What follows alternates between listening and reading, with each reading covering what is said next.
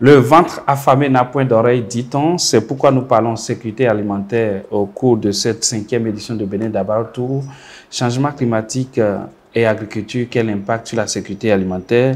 Vous êtes d'accord avec moi, un peuple qui a faim ne peut pas assurer le développement. Et bien, nous allons avec le directeur de la planification, de l'administration et des finances du ministère de l'Agriculture, de l'élevage et de la pêche parler de la sécurité alimentaire. Et nous allons savoir ce que fait le gouvernement béninois pour assurer à chacun et à tous une sécurité alimentaire. Monsieur le directeur, merci de nous recevoir. Merci beaucoup, monsieur le journaliste. C'est un plaisir pour nous. Alors, merci de vous présenter, s'il vous plaît. Moi, c'est Justin Eda. Je suis le directeur de la planification, de l'administration des finances du ministère de l'Agriculture, de l'élevage et de la pêche. Alors, avec vous, nous allons parler de sécurité alimentaire. Dites-nous, c'est quoi la sécurité alimentaire? Alors, pour aller terre à terre, la sécurité alimentaire, c'est cette capacité pour un État, pour un gouvernement, de pouvoir s'assurer que sa population mange à sa faim. Okay. Pour être plus simple. D'accord. Alors, la sécurité alimentaire est une préoccupation pour le gouvernement, j'en suis sûr, parce qu'un gouvernement a intérêt que ces populations mangent à leur faim. Et dites-nous, quelle est la politique du gouvernement aujourd'hui pour garantir une sécurité alimentaire? Parce qu'on sait qu'il y a le changement climatique qui ne facilite pas les choses au Bénin. Quelle est la politique qui se met en place au niveau de votre ministère?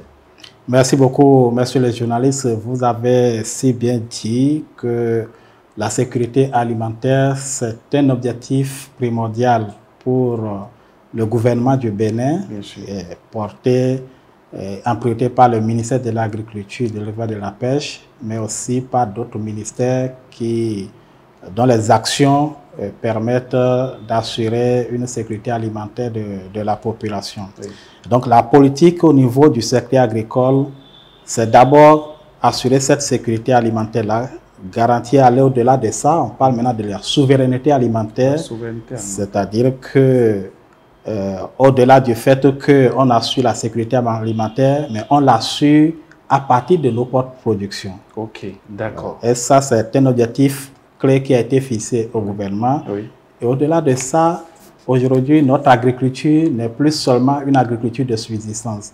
C'est une agriculture dans laquelle les acteurs sont en train de s'enrichir et des acteurs vont s'enrichir. Davantage. Les plus riches de demain, ce sont ceux qui sont dans le secteur de l'agriculture. Est-ce que vous me dites là de laisser le micro et d'aller au champ? Il faut, tout en gardant le micro, commencer par aller au champ. Et vous-même, vous allez faire le choix entre le micro et le champ. Mais il faut que des gens, pour porter la voix des agriculteurs, pour montrer tout ce qu'ils sont en train de faire dans le secteur. Et donc, pour pouvoir garantir cela, la politique du gouvernement repose sur d'abord l'organisation du secteur qui permet d'être efficient en matière d'investissement structurant. Si vous vous rappelez bien, en lançant le programme d'action du gouvernement 1, l'ambition forte pour le secteur agricole était de faire des investissements massifs qui vont permettre de booster les performances de ce secteur-là. Cela doit se faire dans un cadre bien défini. Le directeur adjoint de cabinet en a parlé tout à l'heure avec la régionalisation du territoire où des filières phares ont été identifiées. Et pour chaque filière phare, un programme national de développement filière a été développé qui permet de savoir quelles sont les contraintes au niveau de cette filière et quelles sont les actions majeures à mener par l'État pour créer des opportunités aux acteurs pour investir dans le secteur et pouvoir s'enrichir. Donc, ça veut dire, pour chaque pôle qui existe aujourd'hui, les 7 pôles, pour chaque culture phare dans un pôle, il y a une politique, toute une politique qui soutient, qui accompagne les acteurs de cette culture-là. C'est bien ça? Exactement, c'est ça. Donc, il y a pour chaque filière un programme national de développement filière qui structure les interventions à développer au niveau de cette filière-là. Donc, ça veut dire qu'il y a au moins 7 programmes. Plus que 7 programmes, parce qu'il y a au moins 10 programmes, puisqu'on a 15 filières qui sont promues au niveau des 7 pôles de développement. Quand le DSC a parlé, il y a des pôles où c'est plus de plus d'une filière, dans certains c'est 3, d'autres sont allés jusqu'à 4 filières. Exactement. Alors, concrètement, ça m'intéresse ce point-là. Concrètement, qu'est-ce qui est fait quand on prend le pôle 2 par exemple, c'est les 2 KP, la Libori et le Borgou. Dites-nous, qu'est-ce qui est fait pour ce qui est du coton et du maïs par exemple? Non, si je veux parler des activités qu'on a menées, je crois qu'on ne pourra pas quitter ici, mais je vais vous parler des impacts que nous avons pu obtenir, des effets que nous avons créés à travers les actions qui sont menées au niveau de chacune de ces filières, puisque vous avez ciblé par exemple le maïs et le coton. Donc si vous prenez le maïs, en 2016, notre niveau de production était à moins de 1 300 000 tonnes. De maïs clair. Par campagne. Par campagne. D'accord. En 2023, on a dépassé les 2 millions de tonnes. Vous comprenez? Si nous prenons le riz, la tendance est la même. Aujourd'hui, on est à plus de 500 000 tonnes de riz paddy qui sont produites par an. Donc ça fait qu'au niveau des vivriers, le Bénin, chaque année, dépasse largement les besoins de la consommation du pays. C'est que nous appelons que la souveraineté alimentaire est assurée à ce niveau. Si j'ai bien compris. Non, on couvre de façon théorique les besoins de nos populations à un minimum d'au moins 140%. C'est-à-dire que si la population a besoin de 100 tonnes pour de vivriers, on produit au moins 140 tonnes. Vous comprenez? Il y a une réserve de 40 tonnes. Mais les dernières années, à cause des effets de changement climatique qui ont engendré des déficits dans les autres pays, les pays limitrophes, et la crise sécuritaire également qui a contribué et qui est aussi l'un des effets des changements climatiques parce que les gens sont à la quête des ressources naturelles de l'espace, etc. Et donc, le surplus là, aujourd'hui, est fonctionné par ces pays limitrophes. Et ça fait que à des moments donnés au Bénin, malgré qu'on a cette autosuffisance, les prix des produits parfois grimpent parce que de l'autre côté, les gens sont prêts à acquérir le produit à tout prix parce que le ventre affamé n'a point d'oreille. Donc si nous prenons le coton dont vous avez parlé, vous avez depuis 2019, le Bénin fait la une au plan national parce que il est devenu le premier producteur africain de l'or là, avec une production qui a atteint son record de 766 000 tonnes, de plus de 766 000 tonnes. Et on n'est jamais descendu à moins de 500 000 tonnes pour cette culture-là. Donc, quand nous prenons les autres cultures d'exportation telles que l'anacade, l'ananas, le soja, les performances sont également remarquables à ce niveau. Alors, donc, tout ça, c'est l'effet d'une action méthodique. Et le point d'ancrage de ces actions-là, c'est d'abord, le travail pour rendre disponibles les semences et faciliter l'accès des producteurs à ces semences-là. Les semences, mais pas n'importe quelle semence. Les semences qui sont résilientes au changement climatique, qui supportent le chef service logis environnement parlait tout à l'heure des poches de sécheresse, des semences, des variétés qui tolèrent ces poches de sécheresse-là, mais qui donnent également de bons rendements. Donc, on a travaillé à les rendre disponibles et à faciliter leur accès aux producteurs à travers des subventions qui sont accordées. Les engrais également, les engrais chimiques qui sont importants pour booster la production. Le gouvernement, avec la crise russo-ukrainienne qui a fait que le prix de ces intrants ont flambé, si bien que si on laissait les producteurs l'acquérir au prix du marché, notre agriculture serait déjà par terre. Le gouvernement, de façon souveraine, a pris la responsabilité de subventionner l'acquisition de ces intrants. Et sur les 3 dernières campagnes, c'est 110 milliards qui ont été mobilisés de subventions qui ont été mobilisées pour accompagner les acteurs à avoir accès à ces engrais-là. Donc, en dehors de ces intrants, l'État travaille également à maîtriser l'eau. Parce que, donc, s'il y a des poches de sécheresse... Le mot revient encore. Voilà. S'il y a des poches de sécheresse, oui.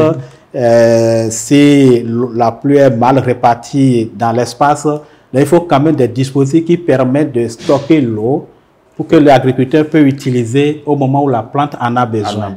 Donc, c'est ça que nous appelons la maîtrise. Donc, il y a des aménagements hydro-agricoles qui sont réalisés pour pouvoir garder l'eau là, canaliser l'eau et mettre des dispositifs pour que le producteur puisse distribuer l'eau au niveau de ses exploitations.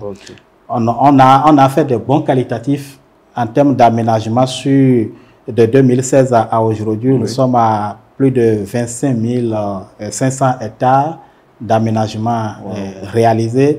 Et l'objectif à terme, c'est d'aller à 50 000 hectares d'aménagement. C'est quoi l'échéance? Les 50 000? Les 50 000, d'ici 5 ans maximum, on va les réaliser parce que pour les 50 000, il y a 12 000 hectares dont les études sont réalisées et qui sont déjà contractualisés à plus de 50% avec des partenaires techniques et financiers qui ont mis les ressources à disposition pour le faire. Et pour aller vite, l'État améliore l'environnement institutionnel en créant une société qu'on appelle Société béninoise d'aménagement agricole. Donc c'est cette société qui désormais s'occupe de la conduite des études et des travaux d'aménagement en contractualisant avec des entreprises prestatrices qui ont les compétences requises en la matière. En dehors de la maîtrise de l'eau, nous travaillons également à développer des innovations technologiques qui répondent aux conditions que le climat nous impose actuellement, donc qui permet aux acteurs de s'adapter à ces changements climatiques-là. Donc la recherche est renforcée pour développer ces innovations technologiques et ces innovations technologiques sont mises à la disposition des producteurs à travers un dispositif de conseil agricole dédié. Aujourd'hui, on ne fait plus le conseil agricole en vrac, on fait le conseil agricole ciblé filière. Donc, on a aujourd'hui des conseillers qui sont spécialisés pour accompagner les acteurs au niveau d'une filière précisément donnée. On a des techniciens également qui sont spécialisés pour accompagner ces conseillers-là.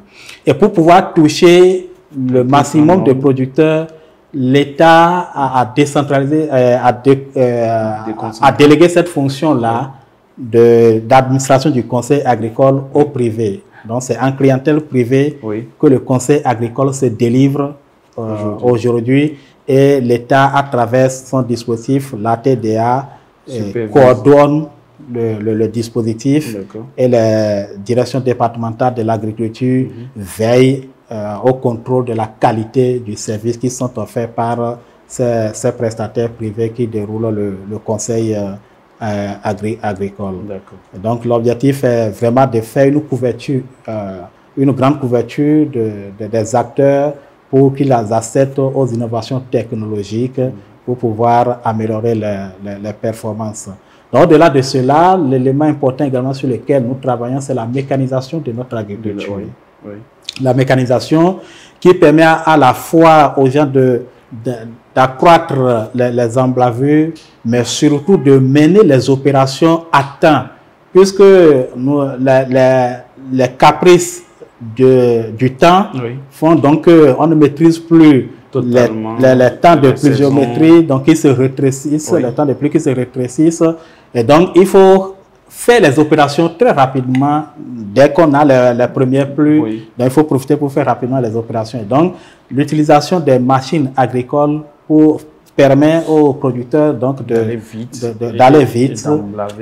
d'emblaver de grandes superficies et de respecter les itinéraires techniques. Donc il y a la Société nationale de mécanisation agricole qui porte cette ambition du gouvernement. Et le DAC l'a dit tout à l'heure que il y a 5 000 tracteurs, kits de tracteurs. Donc quand on dit kits, c'est la machine plus les accessoires, qui sont mis en place, et le dispositif de service après-vente, qui était l'un des grands défauts qu'on avait, a été suffisamment renforcé avec des ressources humaines en termes de tractoristes qui vont conduire les tracteurs, en termes de mécaniciens qui vont réparer les matériels, et un dispositif de traçabilité, même qui est incorporé au matériel agricole, si bien que vous pouvez être propriétaire de tracteurs que vous mettez sur le marché pour aller prester aux agriculteurs dans les champs, pour les agriculteurs avec un tractoriste de votre bureau. Vous suivez le parcours de votre tracteur, vous arrivez à savoir quelle superficie votre tracteur a emblavé aujourd'hui, et quelle est la quantité de carburant qu'il doit avoir consommé. Donc, il n'y a plus de faux comptes rendus. Il n'y a plus de faux comptes rendus. D'accord. Et donc, voilà un peu les thématiques sur lesquelles nous travaillons pour pouvoir assurer la sécurité alimentaire et dans une logique de renforcement de la résilience de nos exploitations. Et pour aller plus loin, l'une des perspectives, c'est que nous sommes en train d'élaborer une politique, la politique de transition agroécologique du Bénin, qui va nous permettre de nous projeter sur une période de 10 ans. Parce que cette question, aujourd'hui, tous les pays sont conscients que sans une transition vers des pratiques plus durables, plus écologiques, nos agriculteurs vont se fragiliser et vont disparaître. Et donc, nous allons élaborer cette politique et nous accompagner également l'amélioration de l'environnement institutionnel, l'organisation, la structuration des acteurs pour porter cette thématique-là.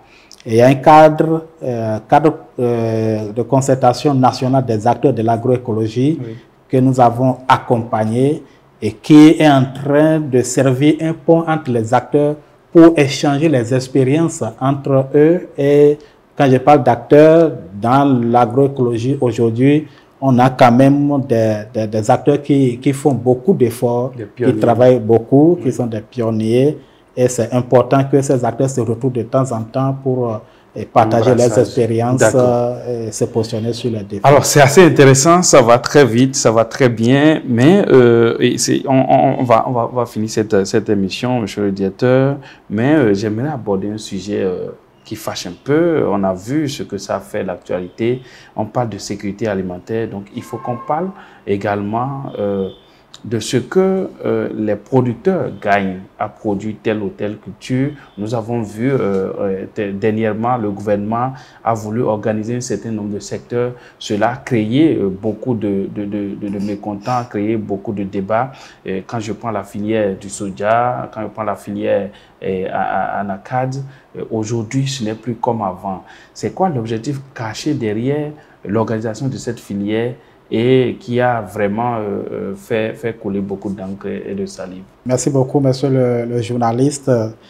Non, par rapport aux filières Anacad et soja dont vous avez parlé, je vous dis que comme vous êtes dans une émission qui va vous permettre de faire le tour de tous les acteurs, vous allez écouter la voix des vrais acteurs de ces filières-là. S'il n'y a pas des vrais acteurs, c'est les vrais producteurs, c'est les vrais transformateurs de ces filières-là. Ils ne diront pas les choses de la même façon. D'accord. Alors, je voudrais expliquer que aucun pays ne peut se développer s'il se cantonne seulement à produire et à vendre à l'état brut sa production. Il faut passer à une étape supérieure. Le Bénin, malgré qu'il reste des efforts à fournir, a fait ses preuves en matière de production des produits agricoles. Il reste maintenant à transformer, à créer de la valeur à ces produits-là au niveau local avant de les mettre sur le marché. Donc, à transformer ces produits-là. Et dans cette perspective-là, le gouvernement a pris des mesures fortes pour encourager les investisseurs privés à installer des unités de transformation au Bénin. Et l'exemple le plus visible pour tout le monde, c'est ce qui se passe au niveau de la zone industrielle de Grodjebe, où des unités de transformation de soja, d'anacarde, de coton sont déjà installées au niveau de cette zone-là. Il faut que les unités qui ont été encouragées à s'installer puissent avoir de la matière première pour faire tourner à plein régime leurs usines et rendre disponibles des produits qui sont transformés et qui peuvent maintenant servir la population béninoise et si possible, s'il y a des surplus, être exportés. Ça va apporter plus de ressources aux acteurs de la filière, ça va apporter plus de ressources à l'État béninois. Et c'est dans cette perspective-là que les acteurs ont décidé de s'organiser pour mieux gérer le flux des produits qui vont permettre d'alimenter ces unités qui constituent pour eux des marchés sécurisés et des marchés rémunérateurs. La rémunération du marché, il faut le voir dans le temps, il faut le voir dans la durée et non pour une campagne donnée. Parce qu'il y a plusieurs paramètres qui peuvent être des contingences qui viennent toujours pour perturber le système et disparaître par la suite pour laisser les acteurs dans des difficultés. Et un État responsable ne peut pas accepter cela. Et c'est pourquoi l'État a encouragé les acteurs, les a accompagnés à se structurer en interprofession. Donc ces deux filières, anacarde et soja, sont aujourd'hui dotées d'une interprofession et ces deux interprofessions sont en train de faire leur premier exercice d'organisation des marchés autogérés, de commercialisation donc de leur production en lien avec les industriels qui en ont besoin et qui sont membres de cette interprofession-là. Et donc, c'est à l'intérieur de l'interprofession que les prix sont négociés. Et lorsqu'il y a entente sur les prix, c'est communauté au gouvernement qui homologue ces prix qui sont fixés là. Donc, et les prix, les acteurs, pour aller à la discussion des prix, ils élaborent leur compte d'exploitation pour dire le produit nous revient à tel, voilà le prix auquel nous voulons vendre pour pouvoir avoir des marges. Voilà, et les industriels font également leur compte d'exploitation, voilà le coût du produit après transformation. Donc, pour que nous aussi on puisse avoir notre marge, il faut l'acheter. Et ils s'accordent finalement sur un prix qui est homologué par le gouvernement. Et c'est ce qui a été fait cette année, par exemple, au niveau de ces deux filières. Donc, en réalité, il n'y a pas de problème.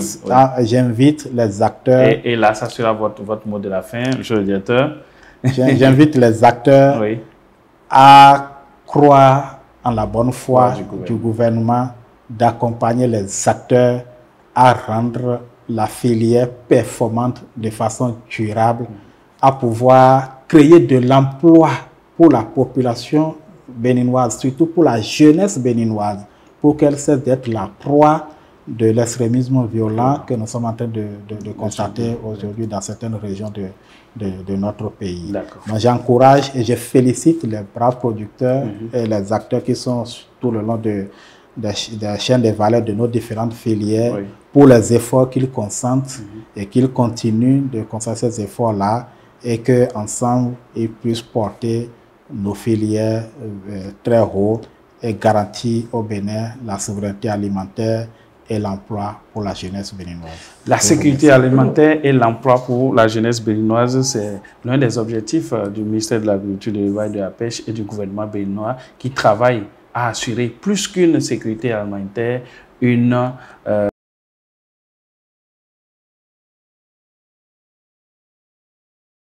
non seulement pour manger, mais nous produisons également pour transformer localement et exporter. Et c'est dans cette dynamique que le gouvernement a encouragé, comme l'a dit tout à l'heure le directeur de la planification de l'administration et des finances, le ministère de l'Agriculture, de l'Élevage et de la Pêche, a encouragé l'organisation des différentes filières, des acteurs des différentes filières, notamment le soja, notamment le cajou, afin de pouvoir asseoir des interprofessions et des profession qui accompagne les acteurs, qui permettent d'avoir une filière bien organisée et qui apporte vraiment de ce qu'il faut aux agriculteurs, aux transformateurs, afin d'asseoir une bonne politique qui assure la sécurité alimentaire et qui crée des emplois au niveau local et qui accompagne le développement du Bénin à travers la plus-value qu'on apporte à l'économie nationale.